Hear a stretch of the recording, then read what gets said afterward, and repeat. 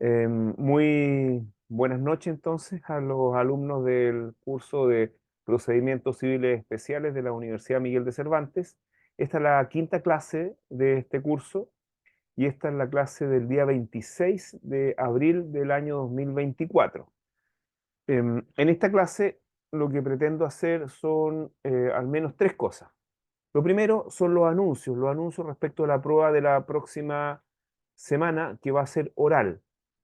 Lo segundo, vamos a terminar el cuaderno principal o ejecutivo. Seguramente ahí vamos a ver la cosa juzgada, las sentencias, y vamos a ver también las excepciones, que son sumamente importantes. Y, mm, y después vamos a comenzar a revisar el cuaderno de apremio. Espero que terminemos en esta clase el cuaderno principal y bueno, y empecemos primero con los anuncios respecto de la prueba. Respecto de la prueba, para la próxima semana va a ser el martes 30 de abril a las 6 de la tarde de forma oral en lista voluntaria, y a las 7 va a empezar la lista obligatoria. Les pediría que de antemano, ya cuando yo les confirme por el Classroom, la sala, tengan una lista para ir llamando gente si es que se presentan voluntarios, y también, bueno, si se presentan en la lista obligatoria, el llamado va a ser por orden alfabético. Eso por una parte. Por otra parte, bueno, para los que quieran darla de manera online, la prueba va a ser el día viernes. Viernes, me parece que sería mayo, el 3 de mayo, el viernes 3 de mayo, y el miércoles es 1, 2, 3, claro, el viernes 3 de mayo, desde las 6 de la tarde en esta misma link de Zoom. Desde las 6 a las 7 va a ser lista voluntaria, y de las 7 en adelante lista obligatoria. Ya. En cuanto a la materia, va a ser hasta esta clase. Solamente van a entrar las clases y obviamente el material de apoyo. No van a entrar los textos, porque los textos van a ser evaluados también verbalmente en la cátedra 1. ¿Ok? Entonces, eso respecto a los anuncios. ¿Dudas, consultas respecto de los anuncios? Profesor, Sí, no sé si dio, o sea, anunció anteriormente de cuántas cátedras iba a tener este curso, yo no lo recuerdo. una cátedra, una Ok, cátedra, muchas gracias. una cátedra. Ya.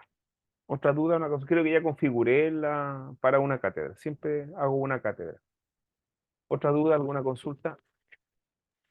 Profesor, Profesor, cuando usted habla, perdón, cuando usted habla de material de apoyo, ¿es la clase propiamente tal que estamos en este momento, las 5 clases, más el material que usted envió, que empezamos con el juicio ejecutivo, ¿cierto? Sí, es el material que yo envié como apoyo del curso, que es Sí, este. que es de la página 27 en adelante, Ahí está. si no me equivoco. ¿Cómo de la página 27? Es todo. Es Esto, todo, pues, todas las clases que hemos visto, todo, todo. sí, no, es que la clase comienza así, sí, sí, sí, entiendo lo que usted me dice. Ujú. Ese material. profesor, ¿desde qué página empieza hoy a realizar la clase Desde esta que estoy del libro? poniendo acá, que me parece que es la 38, desde acá, vamos a Ya, empezar desde profesor. la 38, sí, ahí, 38. ¿Ya? Ahí. Vamos a ver primero la cosa juzgada en el juicio ejecutivo. ¿Mm? Ahí está. De aquí vamos a empezar. Eso. Entonces lo que no entra son los textos. Ya. ¿Dudas, consultas? ¿Otra duda para dejar cerrado esto, zanjado, esto de la prueba? Usando la palabra entre todas sus carreras, profesor, todas las ¿Cómo? clases que están publicadas, ¿Perdón? entre todas las clases que usted ha ido dando desde que comenzaron las clases. Claro, por supuesto. Sí, claro. Las clases, sí. Sí. Todos los videos. Son 5 clases hasta el momento. Esta es la quinta. Ya. Ok. Entonces comencemos con la clase, la parte Vamos a terminar entonces el cuaderno de apremio, perdón, principal o ejecutivo. Vamos a hacer igual un resumen, voy a hacer un pequeño resumen de cómo es el juicio ejecutivo y del cuaderno principal. A ver, el juicio ejecutivo se tramita em, esencialmente en dos cuadernos. Por lo menos hay dos cuadernos. Uno es el cuaderno principal o ejecutivo, que es el cuaderno del juicio ejecutivo. Es el cuaderno del juicio ejecutivo, el cuaderno principal o ejecutivo. Y en paralelo se tramita el cuaderno de apremio. El cuaderno de apremio es el cuaderno, podemos decir, administrativo. Podríamos decir, en términos bien coloquiales, el cuaderno de cobranza. ¿Ya? El cuaderno en donde se presiona al deudor para que pague, al ejecutado. La parte deudora o la parte pasiva en el juicio ejecutivo se denomina ejecutado. Se presiona al ejecutado para que pague.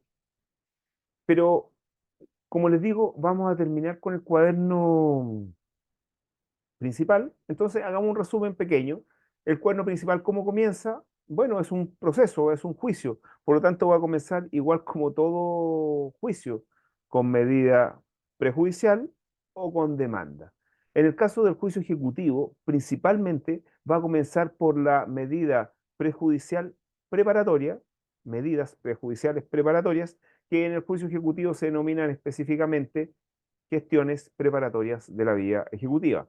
No obstaría que comenzara el juicio ejecutivo, por ejemplo, con una medida prejudicial precautoria, pero realmente como el juicio ejecutivo inmediatamente comienza con el embargo, es difícil que alguien comience un juicio ejecutivo con una medida precautoria, pero sería posible, sí, es posible. Y también es difícil, eso sí.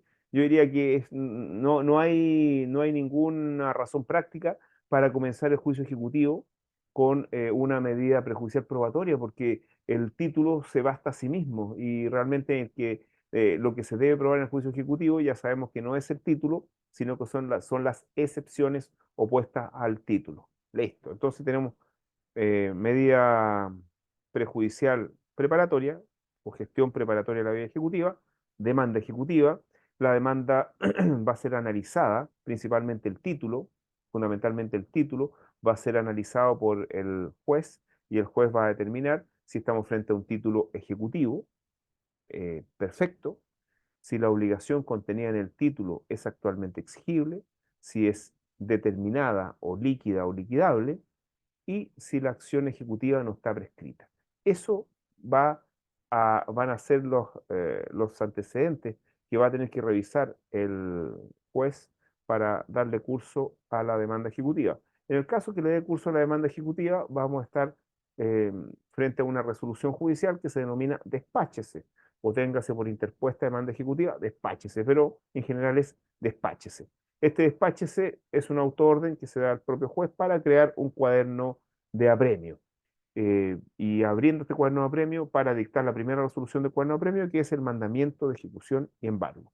Ok, este despáchese con la demanda ejecutiva debe ser notificada, pero la notificación no es tan trascendente en la medida que el plazo o el emplazamiento en el juicio ejecutivo se va a producir con el requerimiento de pago, con la actuación denominada requerimiento de pago, hecha en el cuaderno de apremio, pero no obstante también tiene que ser notificada la demanda ejecutiva.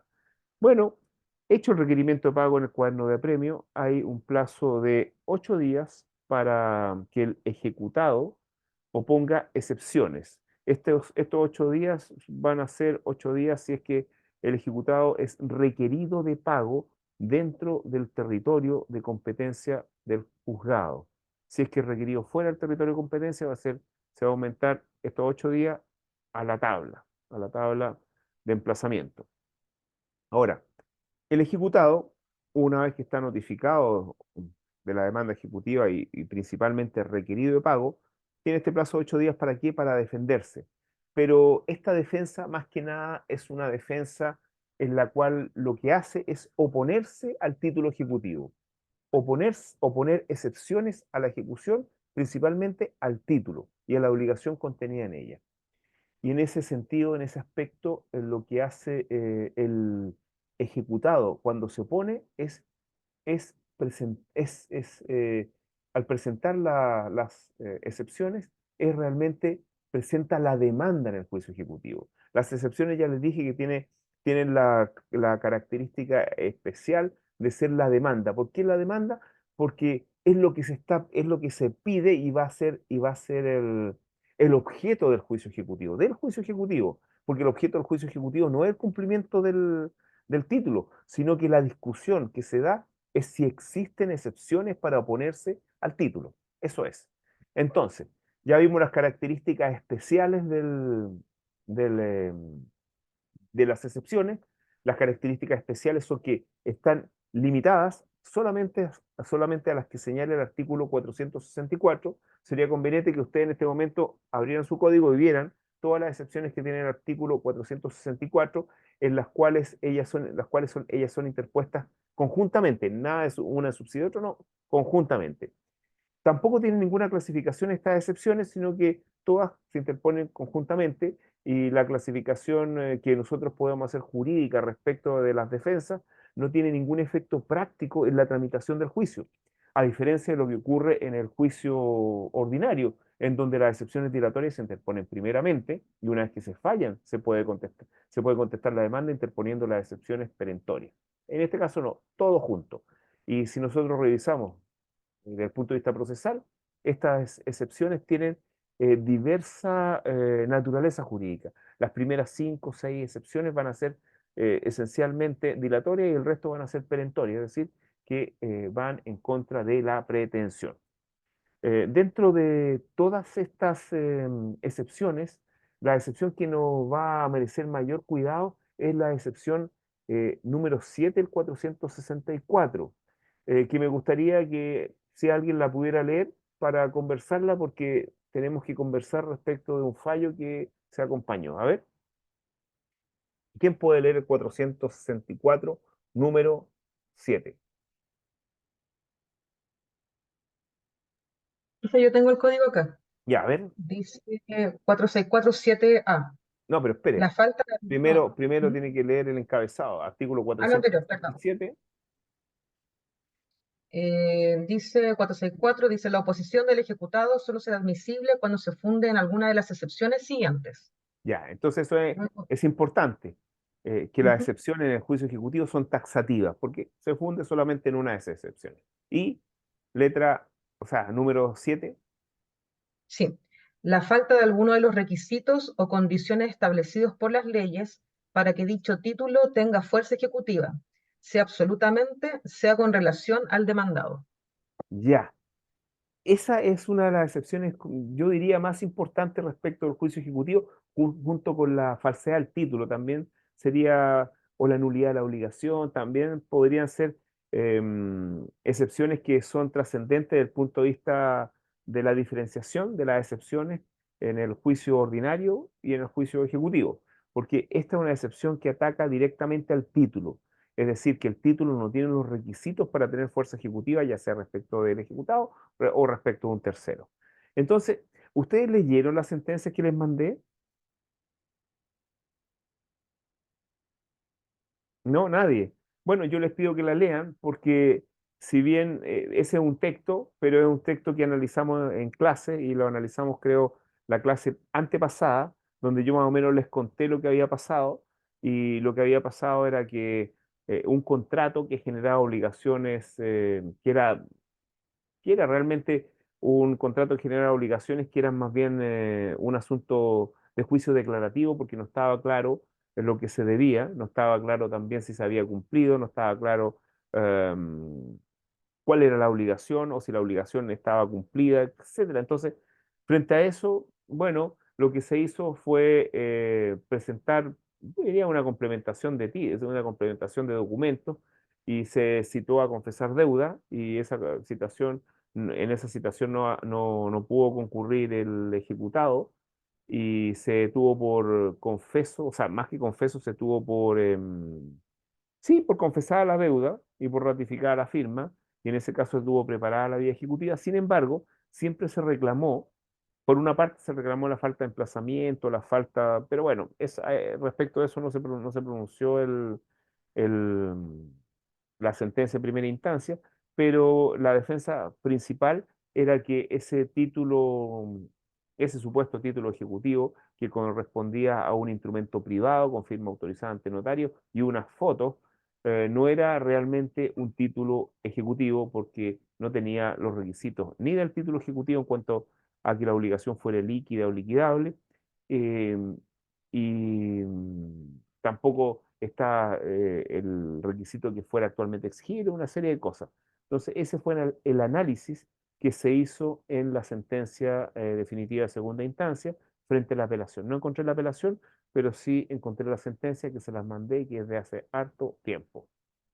Bueno, eso es lo que le puedo decir. Por favor, léanla. Si en el break, o sea, si en el recreo la pueden leer, podemos conversar de ella a la vuelta del descanso.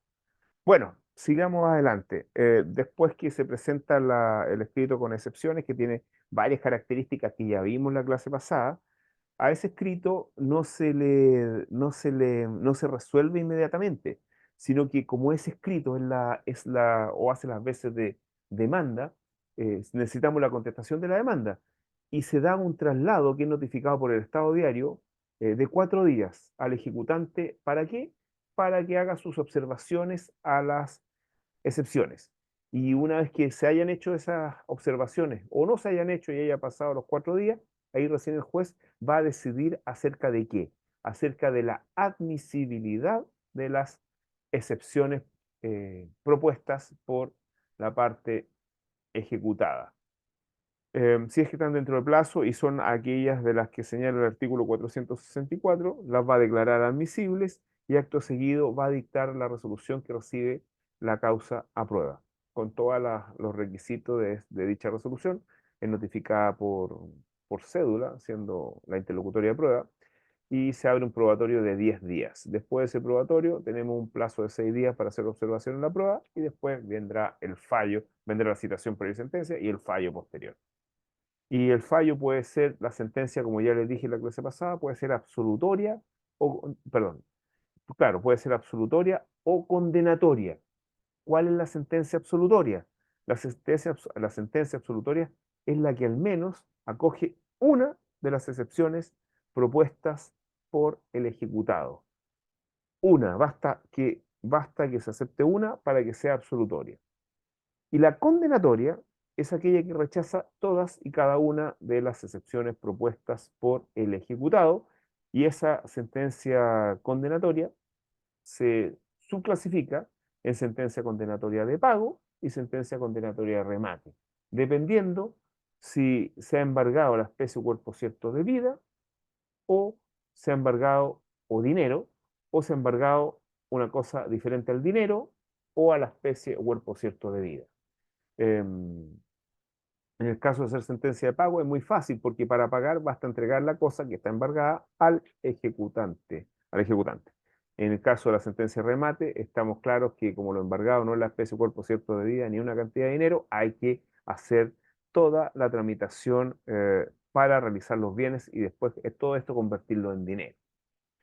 Respecto de esta diferencia que existe entre las sentencias de pago y remate, se da principalmente para ver si es que se suspende la tramitación del cuaderno de apremio o no. Por eso se hace la distinción.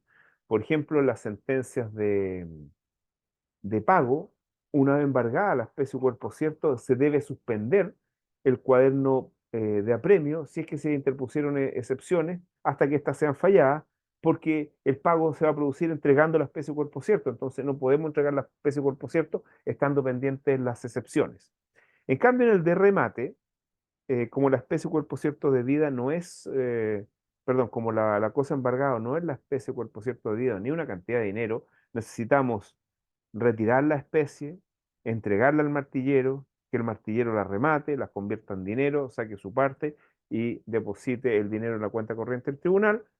Y en ese momento es el momento en que se suspende la tramitación del cuaderno de premio. El momento de que ya está en la cuenta corriente del tribunal el dinero y obviamente no se le puede pagar hasta que se fallen las excepciones. Porque si se llegan a fallar las excepciones a favor de el ejecutado, si ya le entregaron el dinero al ejecutante, ¿cómo se lo va a devolver? ¿Ah? Así que esa es la diferencia entre ambas.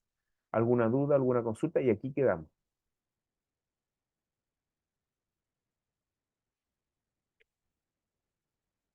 Aquí quedamos, acuérdense.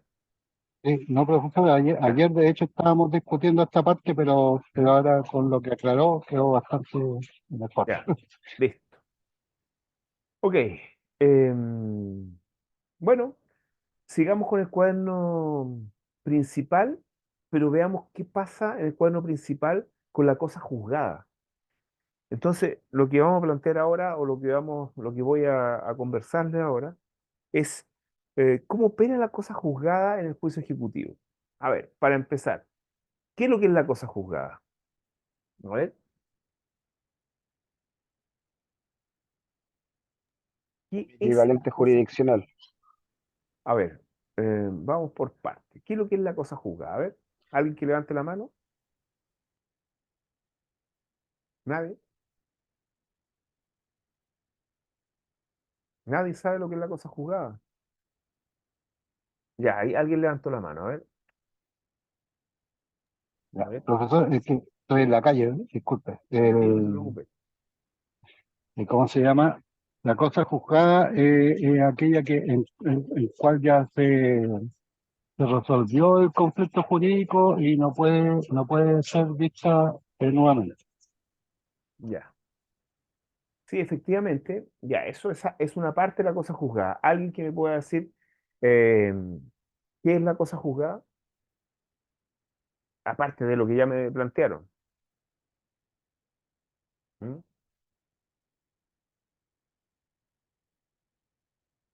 A ver.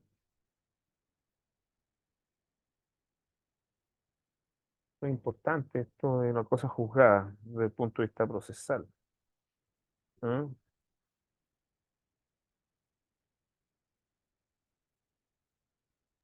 ¿No? Sería un efecto de las sentencias definitivas e interlocutorias. Efectivamente, sí. Efecto de la sentencia, ya. ¿Ya? ¿Qué más? A ver.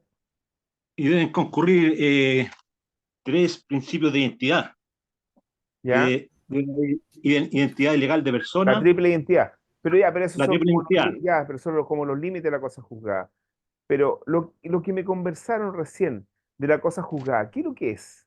Porque ¿qué pasa con la cosa Es una juzgada? sentencia en firme y ejecutoria. Obviamente, pero las sentencias firmes o ejecutoriadas en general producen dos efectos.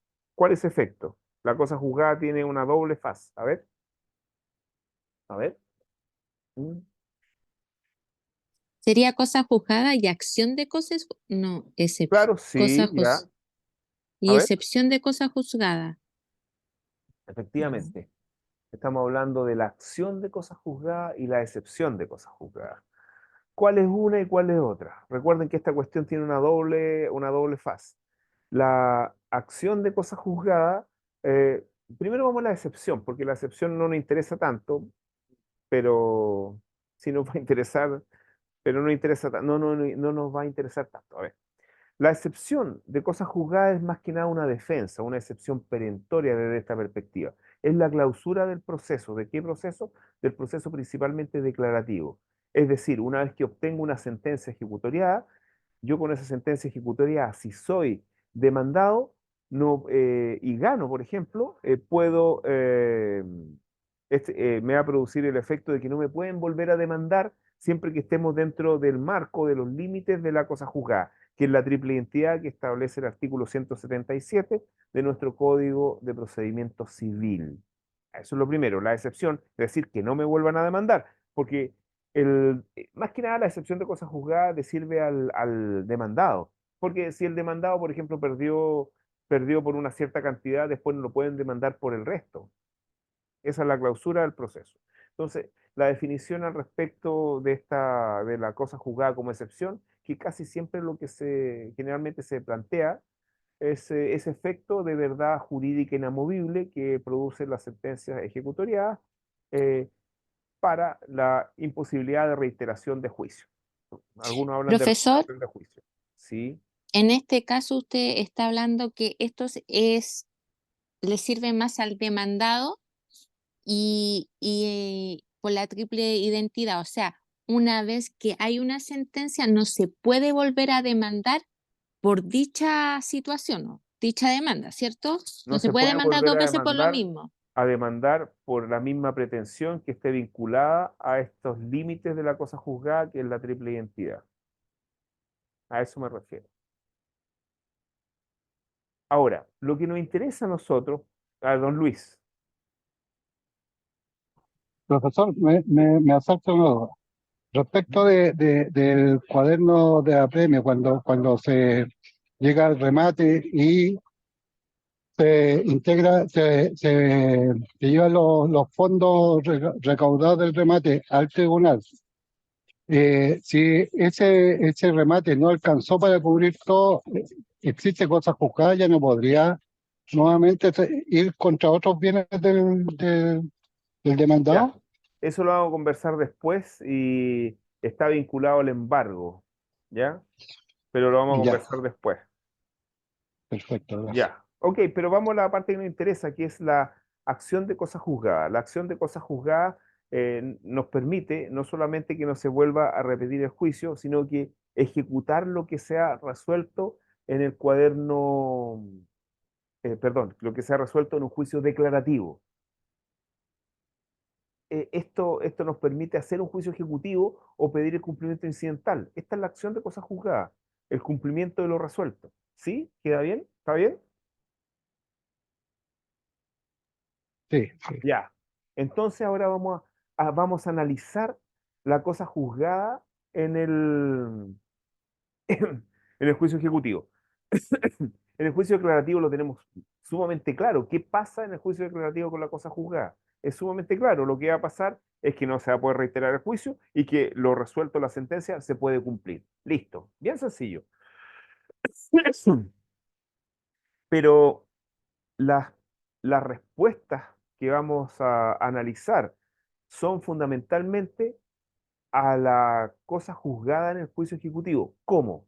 De la siguiente forma. A ver, la, la primera pregunta a plantearse es si lo resuelto en un juicio ejecutivo, lo resuelto en un juicio ejecutivo, va a producir cosa juzgada respecto de todo juicio, ya sea ejecutivo y declarativo. Esa es la primera pregunta. Y la segunda pregunta, si lo resuelto en un juicio ejecutivo va a producir efecto solamente, o sea, va a producir efecto en cualquier juicio ejecutivo posterior, es decir, no puedo abrir un juicio ejecutivo posterior, ¿sí? ¿Se entiende o no? ¿O no se entiende? De nuevo, entonces. No, La, profesor, no la me quedó primera claro. pregunta es, si lo resuelto, lo que ocurra en un juicio ejecutivo va a producir cosa juzgada, excepción de cosa juzgada, en todo juicio ejecutivo y en todo juicio declarativo, es decir, en todo juicio, se acabó, no hay posibilidad de reclamar, no hay nada. ¿Sí? Por No, una pues parte. porque está el juicio ordinario. No, pero la respuesta es si va a producir lo que se resuelve en un juicio ejecutivo, va a producir efecto en cualquier juicio, sea ejecutivo u ordinario. ¿Ya? Esa es la primera pregunta. Y la segunda es si lo resuelto en un juicio ejecutivo, va a poder va a poder producir efecto respecto de cualquier otro juicio ejecutivo. ¿Ya? Entonces la primera pregunta es, a ver, ¿qué pasa con el juicio ejecutivo? Lo que se resuelve en el juicio ejecutivo. La respuesta es que lo que se resuelve en un juicio ejecutivo, por regla general, debiera producir cosa juzgada o excepción de cosa juzgada en todo otro juicio, sea ejecutivo o declarativo. Es decir, ahí se clausura clausura el conflicto, se acabó. Es decir, por ejemplo, si yo gano un juicio ejecutivo, a ver, si el ejecutante gana un juicio ejecutivo y el ejecutado perdió su excepción, es decir, no, o se desistió, mejor dicho, se desistió de su excepción, no va a poder reclamar esta excepción en otro juicio ejecutivo, perdón, en otro juicio diferente y declarativo. La respuesta en general es que se acabó todo y va a producir cosa juzgada sustancial, que se denomina, es decir, respecto a cualquier otro juicio. ¿Sí? Ya. Y lo mismo respecto al ejecutante. Si el ejecutante pierde, esa sentencia va a producir efectos en cualquier otro juicio o le queda todavía la posibilidad de ir a un juicio declarativo para hacer subsistir esta obligación. Bueno, la respuesta es la siguiente. La respuesta es que lo resuelto en cualquier juicio ejecutivo va a producir efectos en todo juicio, salvo que se ejerzan dos instrumentos que hacen que la cosa juzgada se limite a solamente el juicio en que se discutieron estas situaciones o este juicio ejecutivo. Es decir, es posible abrir otro juicio ejecutivo a pesar de haberlo perdido y también va a ser posible abrir otro juicio declarativo en que se discuta lo mismo que se discutió en el juicio ejecutivo, pero haciendo uso de estos dos derechos que les voy a plantear. ¿Sí? ¿Ahora sí o no? Sí, profesor, pero me queda la duda si esto ocurre solamente en el juicio ejecutivo. Puede ocurrir en ambos juicios, en otro juicio ejecutivo o en otro juicio declarativo. Es decir, podemos Ya, discutir las cosas en otro ok. juicio ejecutivo o en otro juicio declarativo, pero para eso ustedes tienen que ejercer este derecho. Ahora, ¿por qué se entiende que pueden hacerlo? Bueno, por varias cosas. Primero, por una razón de justicia, que ya la voy a explicar, y la otra por una razón, digamos, práctica, en cuanto la acción ejecutiva tiene un plazo de prescripción mucho más reducido que la acción declarativa, que son 5 años o 4 años, y la acción ejecutiva 3 años solamente, o 1 año. Entonces, no es justo que todo quede sometido al juicio ejecutivo con una prescripción tan pequeña. Bueno, plazo de prescripción tan pequeño. Bueno, vamos a ver el primer caso. El primer caso se denomina, y ahí estamos en la página 38 del material, se denomina la reserva de acciones y excepciones.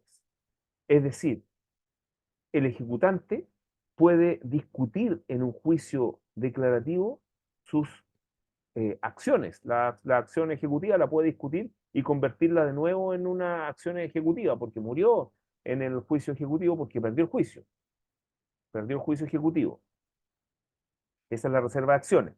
Y la reserva de excepciones se da al revés. El ejecutado perdió el juicio ejecutivo porque le rechazaron las excepciones, y en este caso él puede discutir estas excepciones en un juicio posterior declarativo. Pero para eso deben reservar acciones y excepciones, o excepciones.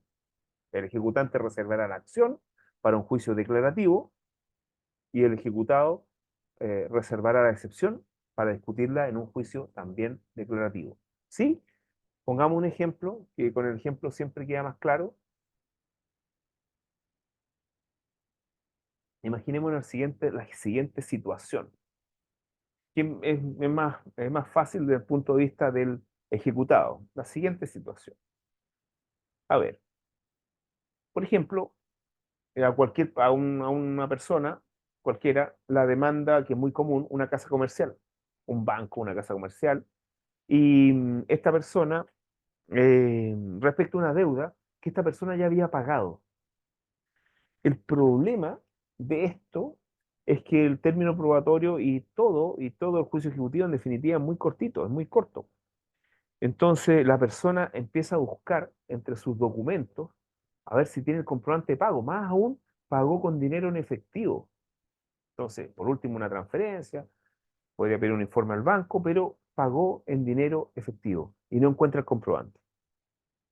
Igual, de todas formas, o pone la excepción de pago en el término de emplazamiento, en los 8 días o los 8 más tabla, pero llegando al término probatorio no puede acreditar que pagó. Entonces, en ese caso, imagínense, si no tiene un medio de prueba, hay 10 días, no puede acreditar que pagó. Entonces, si es que él no hace nada, si es que el ejecutado no hace nada, la sentencia va a ser condenatoria. Se va a rechazar la excepción de pago.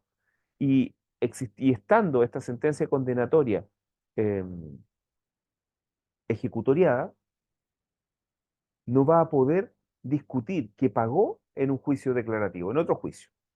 Entonces, para ello, el ejecutado tiene el derecho de reservar esa excepción para un juicio declarativo, para que se discuta en un juicio de lato conocimiento. Y una de esas puede ganar, si es que encuentra el comprobante. Y en estos casos, entonces, tiene dos oportunidades el ejecutado. La primera oportunidad resulta obvia. La primera oportunidad va a ser aquella en la cual se opone la excepción. En lugar de oponer la excepción, reserva la excepción para el juicio declarativo posterior. Y la otra oportunidad es antes de que se dicte el fallo. Eso sí, que existe una limitación.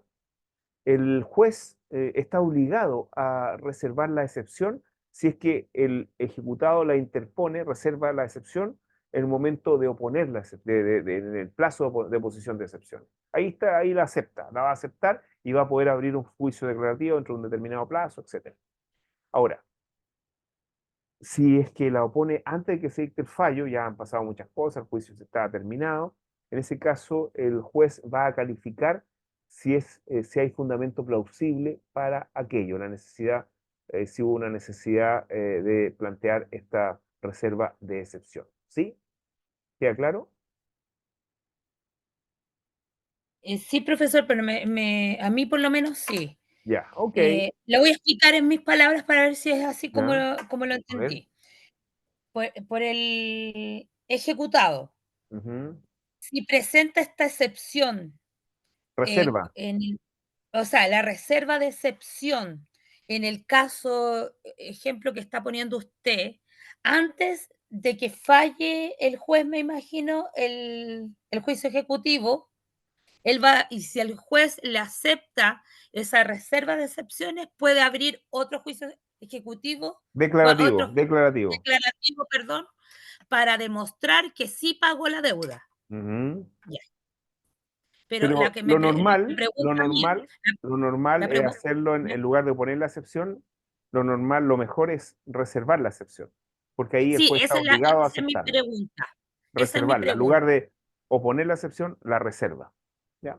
Y cuando esa me queda la pregunta, ¿yo la reservo en el momento de contestarle al ejecutante?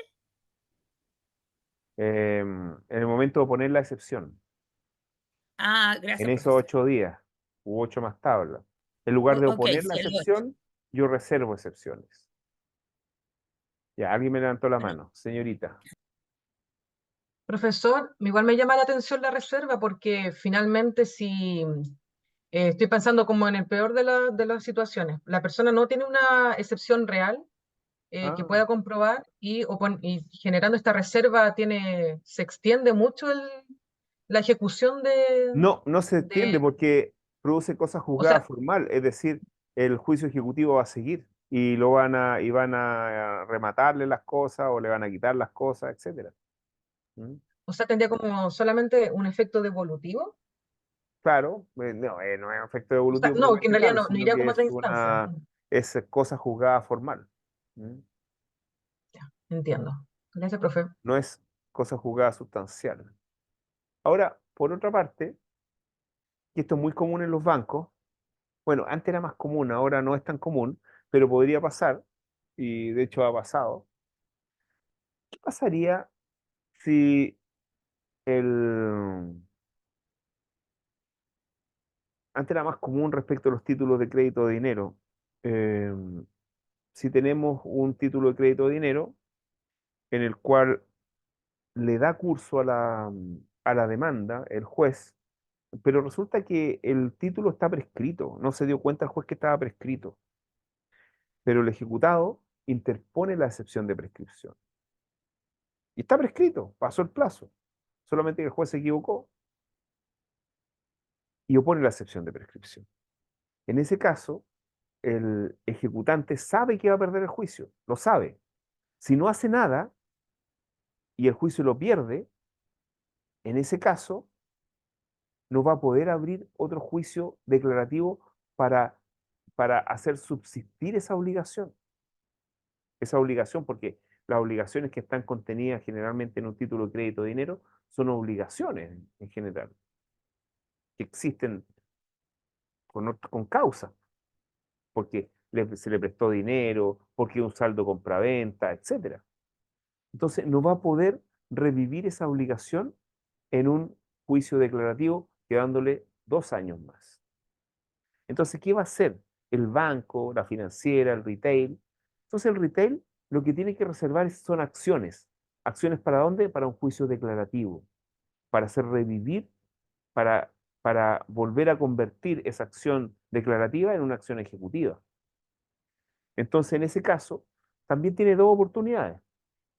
La primera oportunidad, que es evidente, es el momento en el que él puede plantear el asunto, y esa oportunidad es el plazo para para hacerles observaciones a la excepción, a las excepciones planteadas por el ejecutado. En ese plazo 4 días, en lugar de hacerle observaciones, reserva acciones para un juicio declarativo. Y la segunda oportunidad es la misma oportunidad que tiene el ejecutado, quizá antes que se dicte el fallo, y en ese caso no es obligatorio que el juez la acoja, sino que tiene que ver que haya motivos plausibles para acogerla. Pero en la primera oportunidad, que es esta oportunidad para hacer observaciones a las excepciones, ahí es obligatorio que se acoja la reserva de acciones. ¿Sí? ¿Queda claro? Es decir, esto está en el artículo 467 y 478. Dígame.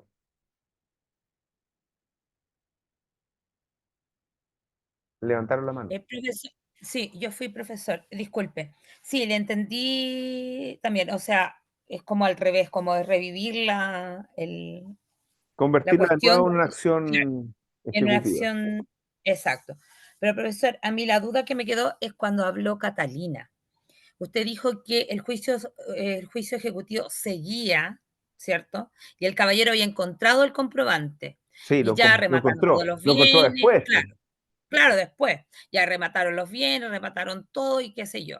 Después, él con eso lo tiene que transformar en un título ejecutivo nuevamente para solicitar la deuda que le va a tener el, el ejecutante ahora a él. Tendría que presentar una acción en un juicio declarativo, como por ejemplo pago lo no debido. Podría ser.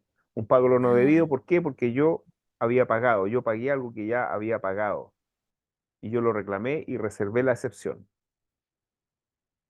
qué tremendo. Ya, gracias, profesor. Sí, es tremendo porque, bueno, pero el retail no es tan tremendo porque demandar al retail o a un banco o a una casa comercial no es tanto porque siempre va a tener dinero para responder, pues y tendrá que devolverle el dinero.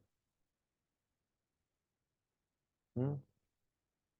Ya, ahora vamos a ver el caso en que el ejecutante pierde el juicio ejecutivo, lo pierde, pero lo pierde por un motivo, por los primeros 5, los primeros 6, realmente los primeros 6 motivos de oposición, de excepción en el juicio ejecutivo, que son los primeros 6 del 464. ¿Qué pasa? ¿Qué pasa si pierde por por esa excepción? Si ustedes revisan el artículo 464, están acá, tenemos acá el código, se van a dar cuenta que los primeros seis,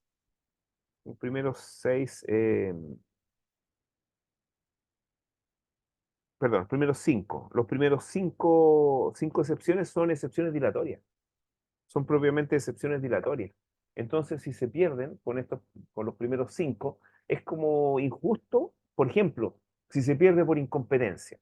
A ver, presento un juicio ejecutivo porque me es más sencillo tramitarlo aquí en Santiago respecto a un demandado que tiene domicilio en Puerto Montt. Y lo notifico por exhorto en Puerto Montt, entonces el demandado o pone la excepción en Puerto Montt, la puedo poner o la puedo poner acá, o poner la excepción de incompetencia, y obviamente la va a ganar, pues si él vive allá, y yo también sé que vive allá, pues. Y entonces no opera la prórroga de la competencia, la prórroga tácita de la competencia, y en ese caso, ¿qué va a pasar? Voy a perder el juicio ejecutivo por un motivo dilatorio. Es como injusto que yo no pueda volver a demandar donde corresponde, ¿no es cierto? Bueno, Cierto, profesor. en estos casos, Si se pierde por cualquiera de estos motivos, opera la renovación de la acción ejecutiva. Y la renovación de la acción ejecutiva es bastante sencilla porque siempre se concede y basta solamente que quede ejecutoriada para volver, que ejecutoriada la sentencia absolutoria para volver a demandar, obviamente subsanando el defecto, ¿no? Eso está en el artículo 477 del Código de Procedimiento Civil. 477, renovación de la acción ejecutiva, cuando el ejecutante pierde un juicio ejecutivo por un motivo dilatorio, que son los primeros 5 numerales del artículo 464. En estos casos se permite demandar nuevamente. ¿Sí? Ya. Ok. Sí, profesor. Listo. Ya. Terminamos entonces con el cuaderno principal. Se ha terminado con el cuaderno principal y ahora vamos a hacer un alto para ver el cuaderno de apremio. Vamos a revisar el cuaderno de apremio, que son como la página 38. Parece la página 38. A ver. No, página 41. Vamos al cuaderno de apremio, la página 41. Acuérdense que nosotros revisamos en clases un juicio ejecutivo completo, revisamos el cuaderno principal completo, y no sé si el cuaderno de apremio completo, yo creo que también, no sé si lo revisamos, pero bueno, lo vamos a ir revisando a medida que vamos avanzando y ustedes también lo ven. ¿Ya? Ok, entonces vamos a hacer un alto 15 minutos y volvemos. ¿Ya? Gracias, profesor. Ya, listo. Gracias. 15 minutos. Ya, entonces volvemos del descanso y vamos a seguir con el curso y seguramente vamos a hacer una clase más corta, 20 minutos quizás, para que ustedes tengan más tiempo para estudiar o descansen hoy día para estudiar.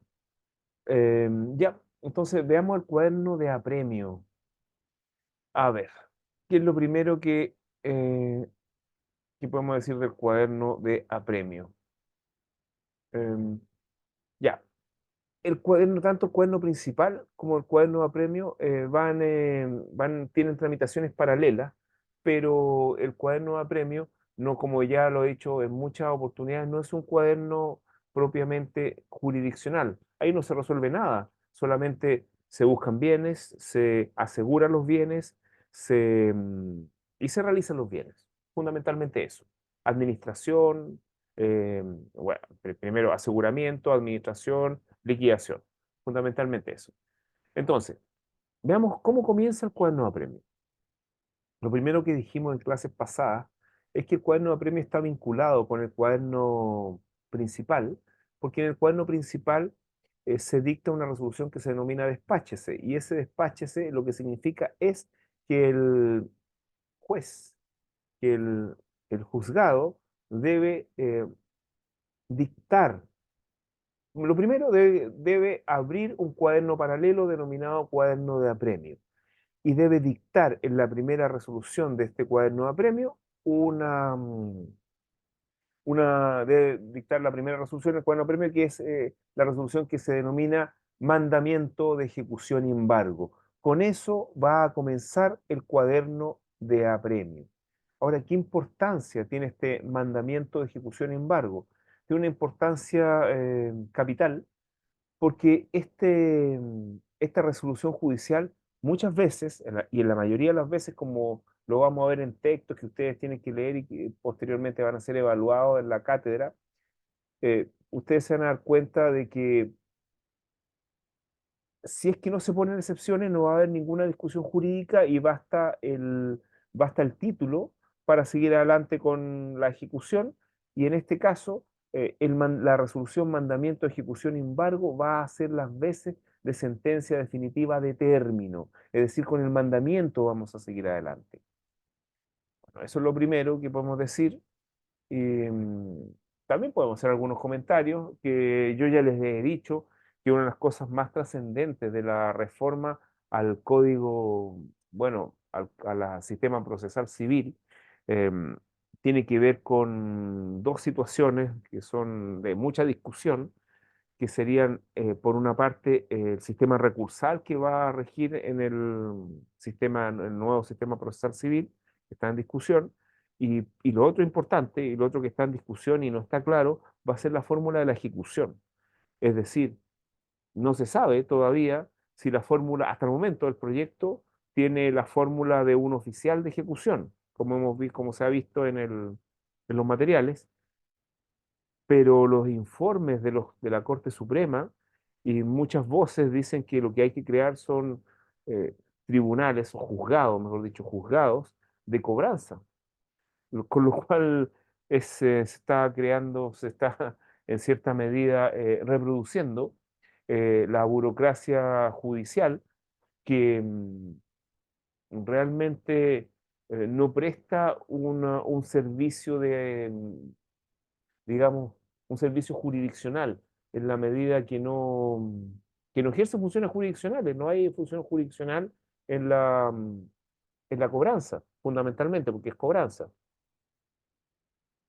Y con esto se subvenciona a una parte importante eh, de los operadores jurídicos, que en definitiva son operadores jurídicos que tienen recursos de sobra para, eh, para cobrar. Bueno, a ver, yo les pediría que en algún momento ustedes, bueno, en algún momento vamos a hojear el cuaderno de premio que yo les mandé, que está en el Classroom, un cuaderno de premio del año 2007, un cuaderno de premio cuando los juicios eran de papel, pero sigue la misma mecánica actual del juicio ejecutivo, con dos cuadernos. Bueno, lo que vamos a ver, vamos a hacer una visión panorámica de lo que es el cuaderno de apremio. Lo que vamos a encontrar primero es la resolución, mandamiento de ejecución y embargo. Eso vamos a encontrar primero. Con posterioridad, esa resolución de mandamiento de ejecución y embargo debe ser puesta en conocimiento del ejecutado. ¿Y cómo se le pone? Se pone en conocimiento con a través de un ministro de fe, que es el receptor judicial, y que este receptor requiere de pago al deudor con este mandamiento.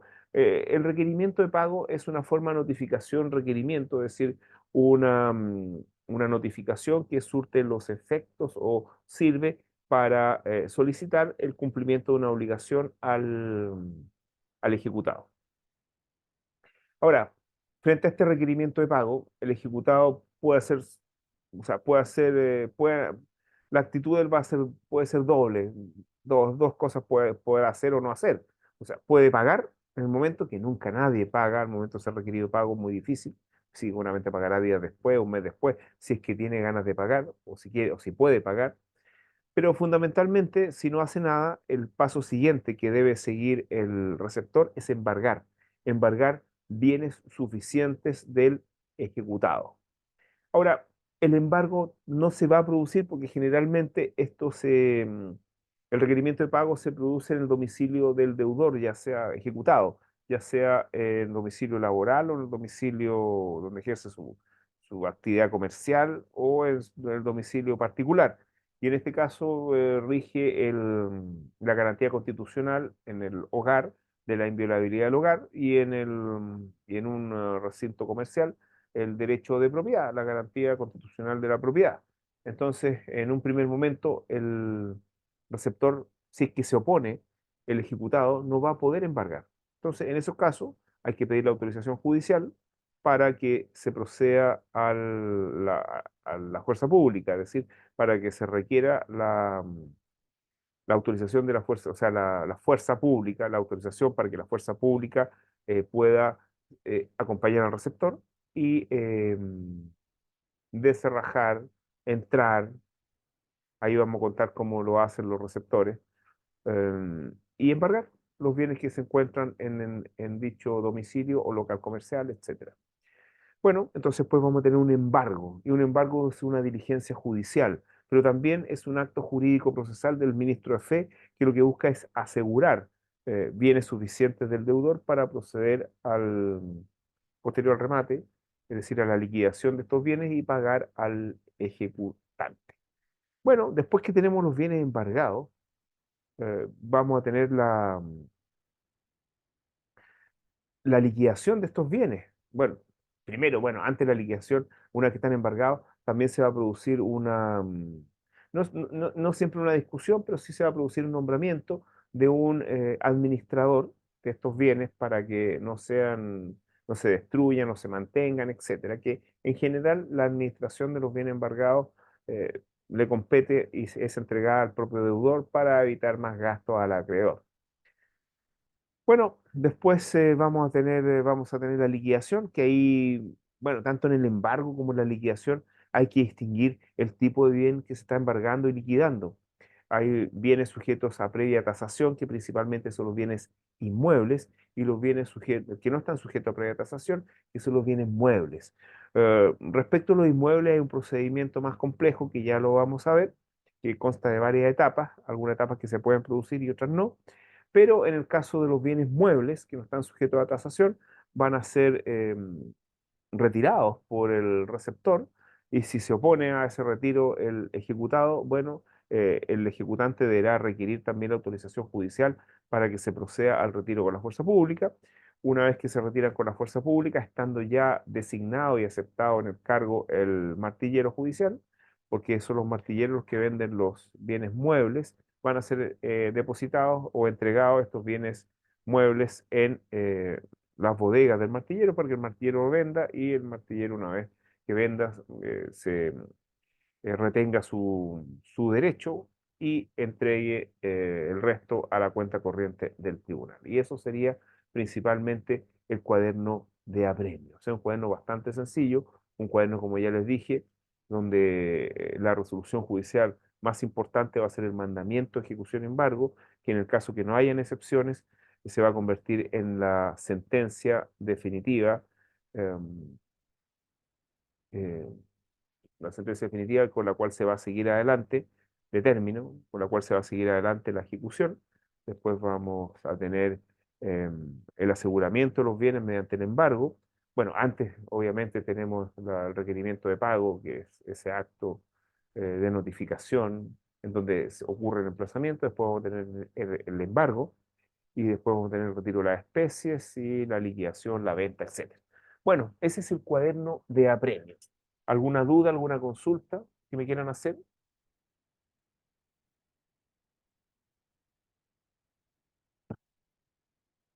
Nada, No, profesor, aparentemente esta es la parte más fácil de todo lo que hemos pasado el cuaderno. aparentemente. Es Mm. aparentemente. Ah, Bueno, aparentemente. No, para que, sí, aparentemente, porque es la parte más difícil realmente. La más, no sé si difícil, pero la más reglamentaria. Entonces es bastante. Lo reglamentario lo convierte en complejo. Porque aquí el reglamento, es decir, no hay muchas cosas jurídicas que discutir. Recuerden, en en el juicio ejecutivo no hay muchas cosas jurídicas que discutir, y en el cuaderno de apremio menos. Lo que hay sí es estos métodos compulsivos, y lo que hay es una reglamentación para administrar los bienes, bueno, para embargarlos, para administrarlos y para liquidarlos, porque los bienes no se liquidan de cualquier forma. Ya, alguien levantó la mano. Señorita Roxana.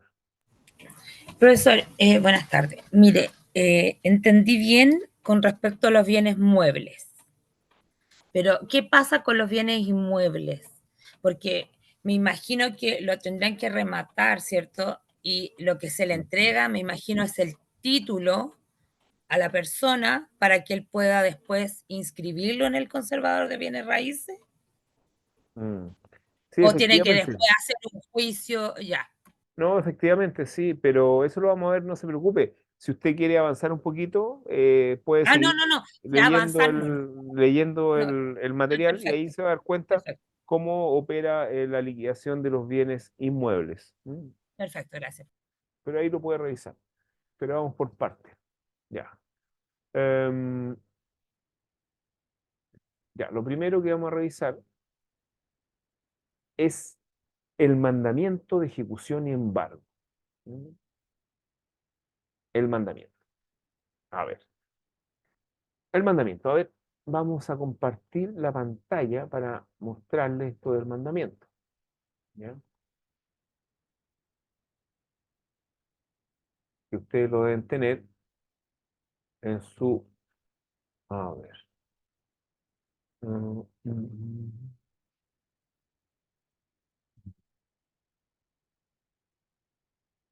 A ver. ¿No? Ah, ya lo vamos a sacar de por acá entonces.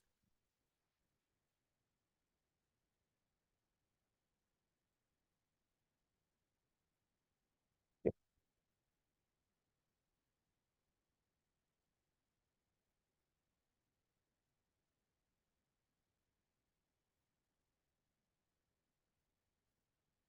ya.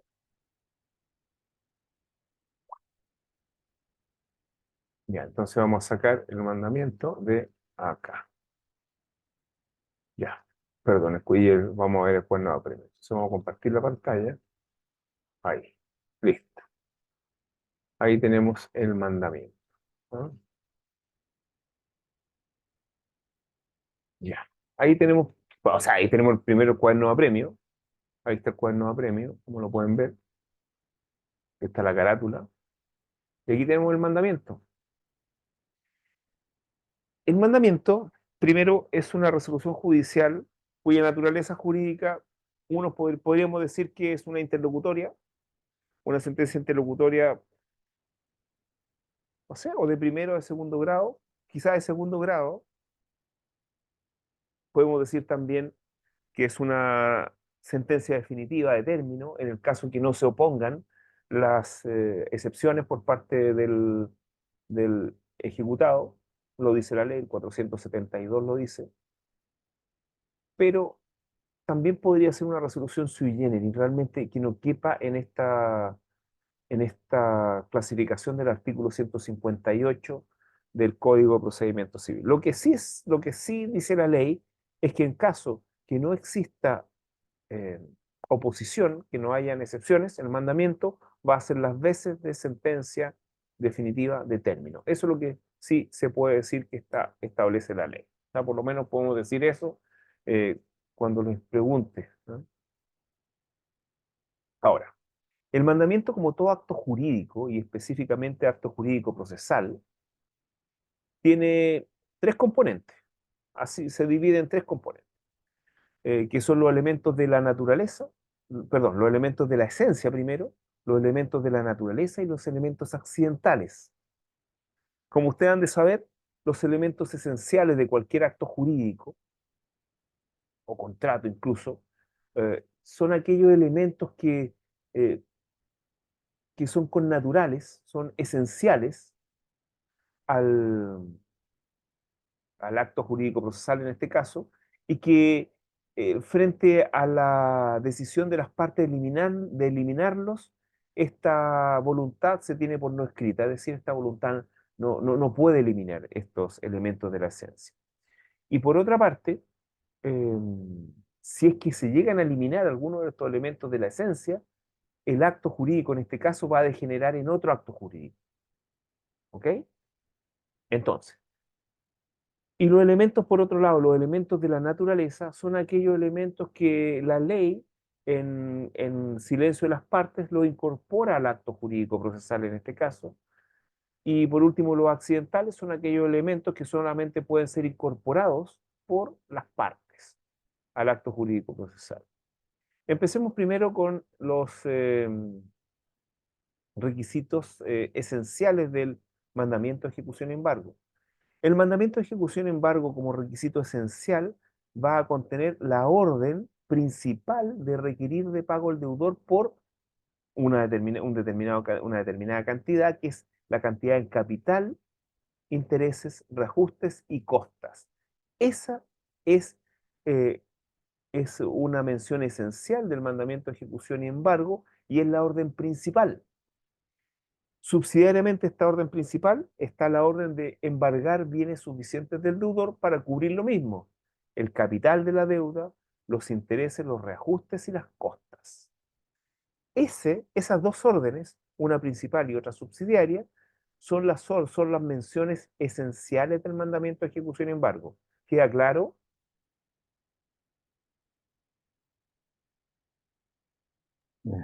Sí, profesor. Sí, profesor. Queda claro porque yo lo voy a preguntar y es algo importante. Son esos 4 elementos en definitiva, los que se mencionan. No, estamos hablando de dos elementos esenciales, dos menciones esenciales del mandamiento de ejecución en base. Ya. Sería en la orden del tribunal que da el capital, el interés, el reajuste y las costas, ¿cierto? De que requerir de pago al deudor respecto del capital de la deuda, los intereses, los reajustes y las costas. Eso es. Perfecto. Listo. Y la orden subsidiaria de embargar bienes suficientes al deudor para cubrir todo esto que ya hemos señalado, y eso sería la mención esencial del mandamiento de ejecución en embargo. Ok, ahora vamos a las menciones, a la mención accidental. Realmente hay una sola mención, perdón, accidental no, de la naturaleza. Hay una sola mención de la naturaleza y que se producen ciertas ejecuciones, sobre todo cuando recae en menaje de casa. Y en este caso la mención de la naturaleza implica que en silencio de las partes, la ley suple este silencio y indica cuál es la mención. Pero las partes podrían, prestando su voluntad o solicitándole al tribunal, que esto cambie.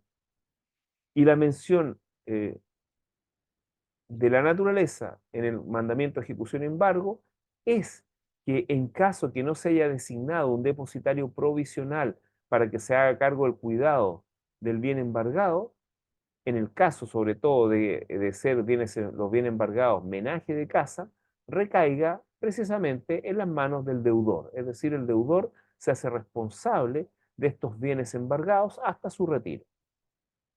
Esa es la mención de la naturaleza. Ahora, el ejecutante podría cambiar esto y solicitar que otra persona o institución o lo que sea, o él mismo, se haga cargo de cuidar la cosa como depositario provisional, con las responsabilidades de todo depositario, en este caso provisional. Esa es la mención entonces de la naturaleza, que el depositario provisional recaiga en manos o en la persona del deudor, del ejecutado. ¿Sí? ¿Queda claro?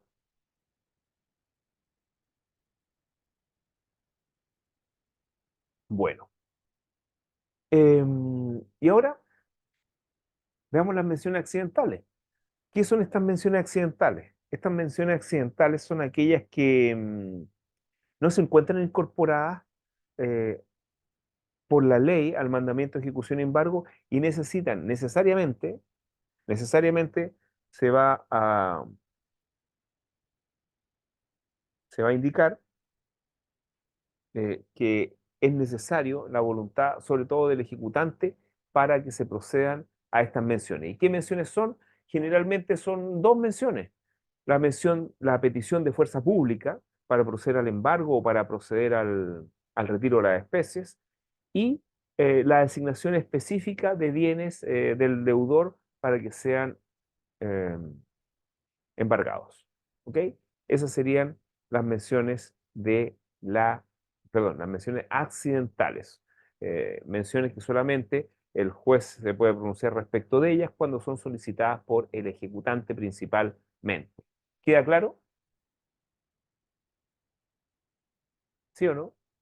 Ahí está Sí, el profesor. mandamiento, ahí está el mandamiento, es una resolución judicial, como pueden ver. Listo. Ya, mandamiento. ¿A qué más nos vamos a referir? Ahora nos vamos a referir al requerimiento de pago. Y con esto vamos a terminar, con el requerimiento de pago. Si ustedes ojean este proceso, en este cuaderno de apremio, se van a encontrar con una resolución judicial, mejor dicho, con una actuación judicial, que es el requerimiento de pago. El requerimiento de pago, como les he dicho y aparece en algunos textos, es, eh, es un tipo de notificación que se denomina notificación requerimiento, que es una notificación en la cual el ministro de Fe exige que en este caso se pague una deuda, exige una conducta, porque no siempre es pagar una deuda, hay requerimientos que va a exigir una actuación por parte del ejecutado. Bueno, en este caso, el requerimiento de pago es esta notificación en la cual el ministro de Fe le exige al ejecutado que pague la deuda en capital, reajustes e intereses. Entonces, ¿cómo opera esto? Opera de la siguiente forma. En el caso en que el juicio ejecutivo, en el cuaderno principal, ya está el despáchese y en el cuaderno apremio tenemos el requerimiento de pago, el receptor concurre a notificar la demanda y a requerir de pago al ejecutado. La demanda se notifica según las reglas generales que ustedes ya han visto en su curso de disposiciones comunes, y en este caso se notifica personalmente, por el 44, o sea, subsidiariamente, o por cédula en el caso que no sea la primera gestión en juicio. Ningún problema. Pero el requerimiento de pago se practica, porque estamos hablando casi de algo que se hace, no que se intima, no que se entrega alguna cosa, sino que se intima, se solicita algo. Y en este caso, el requerimiento de pago tiene limitaciones y tiene limitaciones para ser hecho fundamentalmente. Y esto tiene que ver con la naturaleza y la historia del Código de Procedimiento Civil, porque en definitiva el Código de Procedimiento Civil lo que recoge es toda la tradición jurídica y las costumbres, etcétera, del siglo XIX. Y empezó a regir en el siglo XX, a principios del siglo XX, pero recoge todo lo del siglo XIX. Y dentro de ello, el honor era una cosa muy preciada y obviamente deber no es algo muy honorable y actualmente quizás es algo necesario, pero antes no era muy bien visto el deber y cobrar en público tampoco era bien visto. Bueno, hasta el día de hoy cobrar en público tampoco es bien visto. Entonces, el requerimiento de pago tiene una limitación. La limitación es que no puede hacerse en un lugar de libre acceso al público.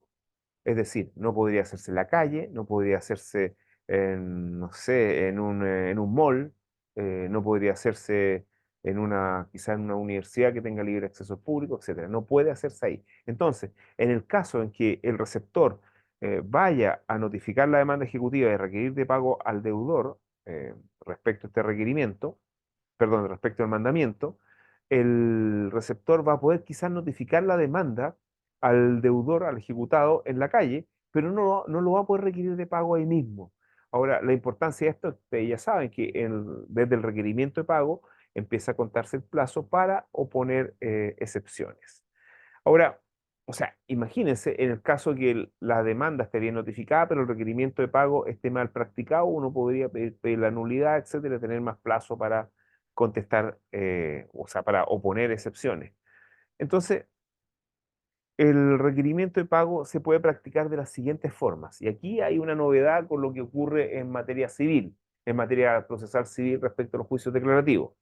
Bueno, si el receptor va a un lugar que no es de libre acceso al público, como podría ser el lugar de trabajo del ejecutado o la casa habitación del ejecutado, el domicilio del ejecutado, etcétera, en esos casos eh, podría notificar la demanda personalmente y requerir de pago también personalmente al deudor.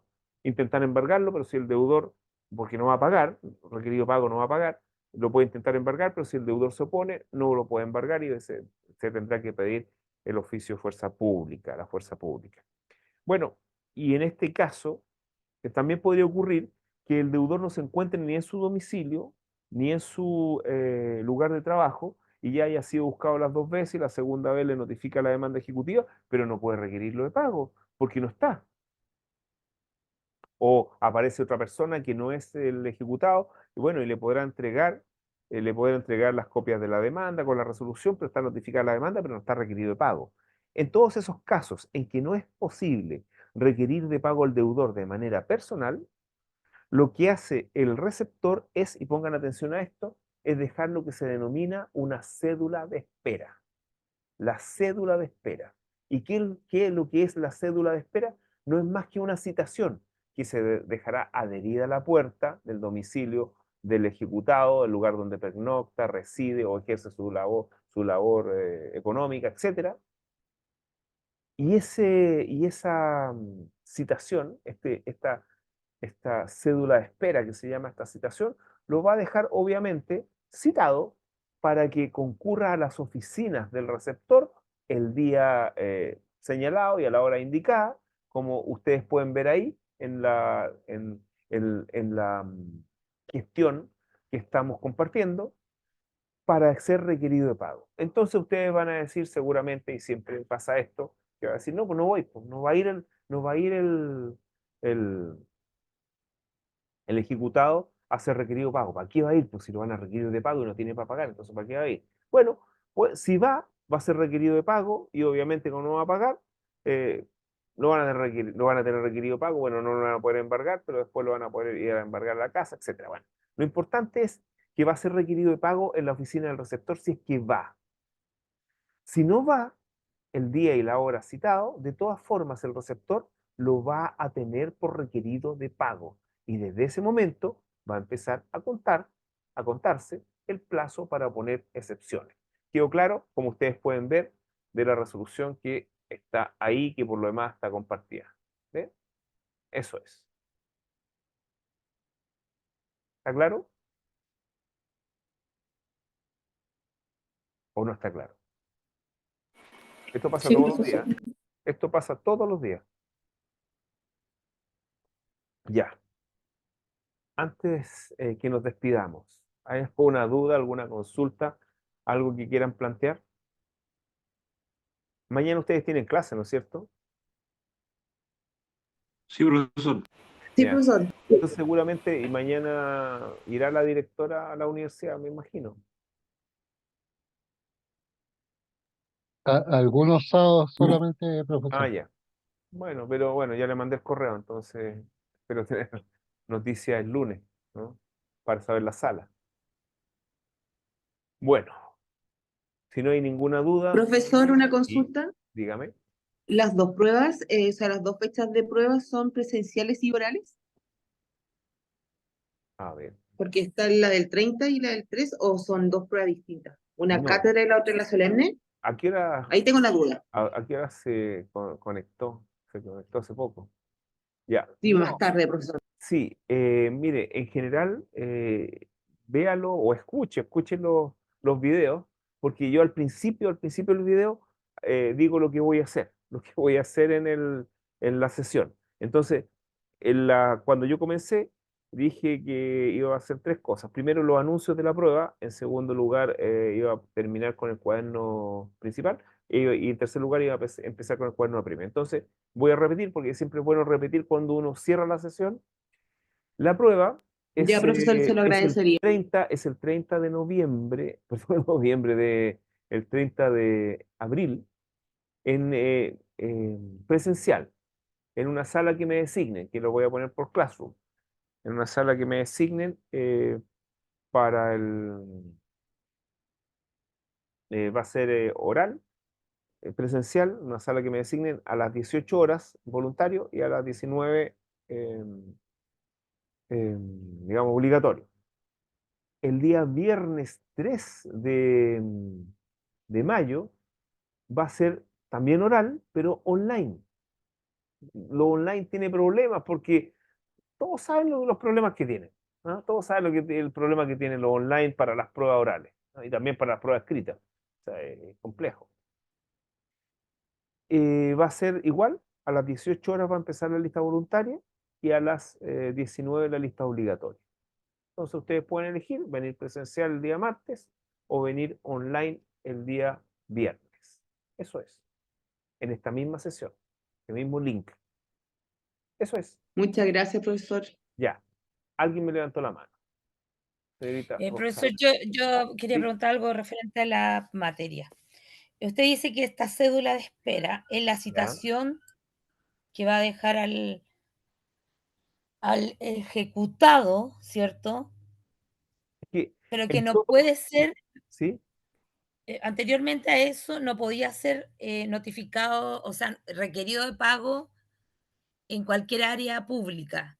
Claro. Una vez de que este caballero no va a la oficina del receptor, ¿podría ser embargado en la calle? Ponte tú, me pongo en el ejemplo de que fuera un vehículo y lo pille justo en, no sé, en un supermercado. y sea el vehículo el que quisiera, no sé, embargarle a la persona. Mm, ¿Podría ser requerido de pago en un supermercado después de esta citación de espera es que, no, pues o que lo que no? pasa es que en todos los casos, métase bien esto en la cabeza, en todos los Ya. casos en que no pueda ser requerido de pago el deudor, se le va a dejar cédula de espera, es decir, citado al, al domicilio, bueno, a la oficina del receptor para ahí ser Ujú. requerido de pago, ¿ya? Ya, pero si no ha sido habido en la casa, no ha ido a la oficina del receptor, y ¿Ya? él no tiene el vehículo en la casa, porque generalmente lo esconden, no lo ponen en cualquier otro lugar. Y justamente el receptor, no sé, por cualquier cosa, lo ubica en un supermercado. ¿Podría ser requerido ahí de pago? Ya, a ver, lo que estamos parece que a usted le ha pasado eso, usted trabaja en estas cosas, pero lo que pasa es que hay una ley especial que se llama la ley de prenda sin desplazamiento, que opera respecto generalmente de las maquinarias, de los vehículos motorizados. Y respecto de esa ley existe la posibilidad, bueno, de hecho se hace así, que en en un solo acto, teniendo incluso exhortos ambulantes por todo Chile, o sea, es un exhorto que usted puede presentar en cualquier juzgado de Chile, en un solo acto el receptor, pero esto en materia especial, en un solo acto el receptor notifica la demanda ejecutiva, requiere de pago, embarga y retira con fuerza pública, todo con fuerza pública, pero por una ley especial, que es la ley de prenda sin desplazamiento. ¿Ya? Se puede hacer, pero con una ley especial. Tiene que tener un título ejecutivo que sea una prenda sin desplazamiento, que generalmente se hacen por escritura pública. ¿Sí? Es posible, pero con leyes, Sí, con esa ley especial. gracias. ¿Ya? Perfecto. Eso. Ya. ¿Alguna otra duda, consulta? No. Entonces me despido y nos estaríamos viendo presencialmente el día martes y online el día viernes de la próxima semana. Que estén bien. Hasta luego. Chao, profe, que esté bien. Luego. Gracias, profesor.